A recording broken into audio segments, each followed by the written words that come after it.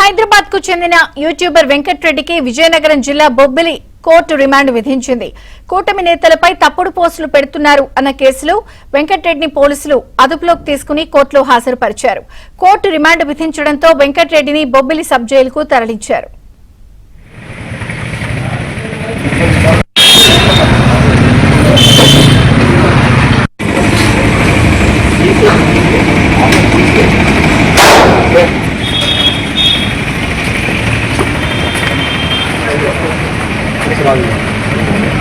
విధించింది.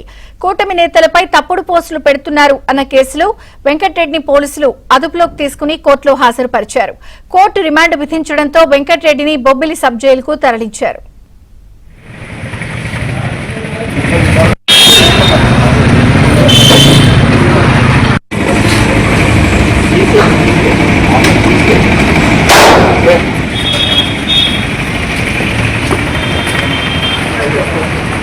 Gracias.